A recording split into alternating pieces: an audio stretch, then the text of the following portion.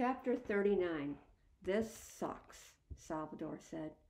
Yeah, man, you could say that, Lester replied, then spat in the dirt at his feet. We were all sitting on a log that was about 10 feet from the highway. The cop was standing off a ways, talking back and forth on his radio. Jaeger was parked and locked up, the keys in the cop's possession. He'd let us open most of the windows a bit before we got off, but I was still worried about Gladys and Ivan getting too hot in there. By now, we'd figured it out. Between what the cop had said and the pieces that Val was able to tearfully choke out to us, Val was not a 19-year-old community college student. She was a 17-year-old junior in high school. The rest was all true, though. The fight with her parents, them not accepting who she was. They hadn't kicked her out exactly, but they'd told her basically that she could either be who she wanted to be or she could live under their roof, not both. They'd thought she'd surrender. Instead, she'd run away. When she didn't come home or show up at a friend's house, they were sure she'd been abducted by some creep on the mean streets of Minneapolis. Val had said she was sorry about a dozen times until Rodeo had finally said, his hands cuffed behind his back, but his eyes and his voice gentle and sincere, Val, it's all right. I ain't mad at you at all. I'm rooting for you, kid, okay? And she'd blinked at him a couple times and then started crying again and said, okay, and then thanks. And I remembered all over again why I loved Rodeo. Not that I'd ever really forgotten. The cop stomped back over to us with a look on his face like he'd been chewing on lime peels. All right, we got a bit of a situation here, and your job is to listen to what I say and then do it. Got it? He shot a rough glare around at all of us like we were a group of hardened convicts or something. Sheriff's office is a little understaffed at the moment, and the only other officer on duty is a couple hours away on a domestic call. I can't fit you all in my squad car, and I'm not about to sit around on the side of the highway for a couple hours. So, for a second I thought he was going to let us all go, and my heart started to flutter. But then he grimaced and shook his head at us like it was all our fault and said, you, pointing at Val, and you, pointing at Rodeo, are coming with me. I'm going to take you to the sheriff's office, where you will call your parents, and you will be held until such time as charges are pressed and bail is posted. His gaze slithered from Rodeo and Val to the rest of us. You, the cop said, pointing a finger way too close to Lester's face. Lester Washington, you are going to wait here. I'll be back in 20 minutes, and you will be here. I have your driver's license, and I have your keys.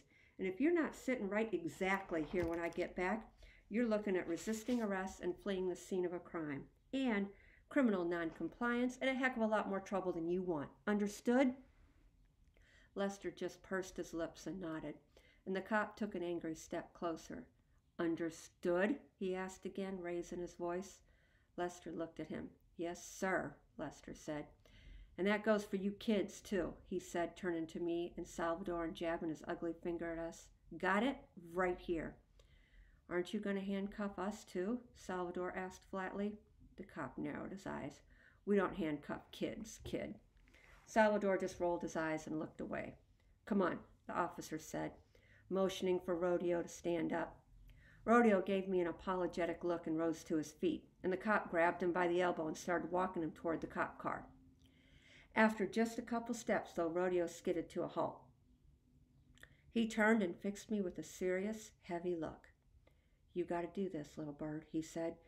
Down through the clouds, go to your roots. Remember Eureka. My breath caught. My brain clicked and sparked and sputtered and whirred like Jaeger's engine roaring awake on a cold winter morning. I tried to look calm, but I knew my eyes were wider than Salvador's saved hubcap. To most folks, Rodeo's words would have sounded like some hopeless woo-woo hippie nonsense. I knew this for a fact because the cop snorted and said, I don't got time for your woo-woo hippie nonsense. Get moving. But I knew exactly what Rodeo was telling me to do. I gave him a quick nod, my mind still trying to find traction. He smiled at me, a small smile that had a little encouragement in it, but plenty of worry. And then he turned and let that bully with a badge drag him off toward the police car. And he ducked his head down and sat in the back seat, and the door slammed closed behind him. Val, still sniffling, followed the cop's commands and sat in the front seat. Stay put, the cop shouted at us with one more angry point. Then he got in, and the cop car started up and peeled away with a spit of dust and gravel, lights and siren blaring. We all sat there watching. Nice guy, Lester said. I looked at the glum pair of folks I was sharing that log with. Lester looked troubled but stubborn, eyebrows furrowed in anger but chewing his lip anxiously. Salvador looked kind of sad and kind of scared and kind of mad at the same time. I'm guessing I looked kind of freaked out, maybe a little excited, but mostly freaked out, 'cause I wasn't totally sure what was going to happen next.